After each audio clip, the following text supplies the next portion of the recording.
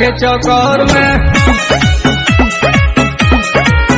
अरे हो गई कंगाल हम तो माल के चक्कर में। पढ़े के बेरा तो जाके घूमनी रहर में, गिर गइल बानी अब ओकर नजर में। हो गई कंगाल हम तो माल के चक्कर में। अरे हो गई कंगाल हम तो माल के चक्कर में।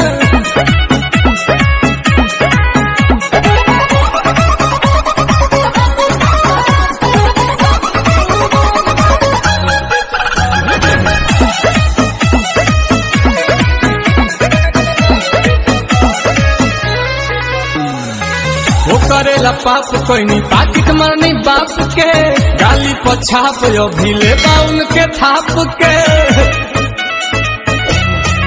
कि हम तो अपन ही घरवा में चोर भइनी, बाटे कर जला डाइल करज खोर भइनी। कि मन करे कूद जाई जाई के नहर में, मन करे कूद जाई जाई के नहर में। हो गई कंगाल हम तो माल के चक्कर में। अरे हो गई कंगाल हम तो माल के चक्कर में।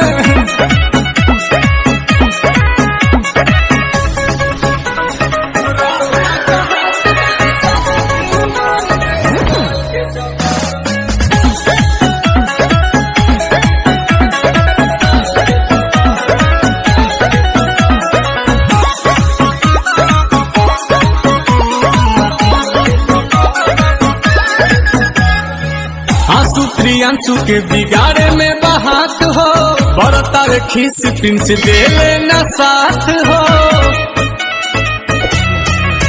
भैले नील कमल घर के न घाट के, अब तो मलियो भगाई देले डांट के।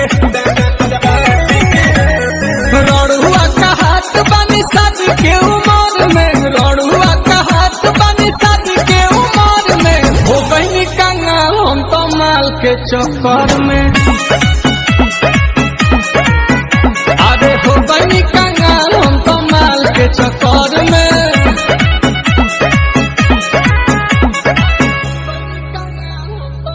हेलो व्हाट्सअप गाइस, कैसे हो आप सब। उम्मीद करता हूँ कि आप लोग अच्छे होंगे। अगर ये वीडियो पसंद आए तो लाइक कर दीजिए, चैनल पर नए हो तो सब्सक्राइब कर दीजिए और कमेंट में बताइए ये वीडियो कैसा लगता है। मिलते हैं दूसरे वीडियो में।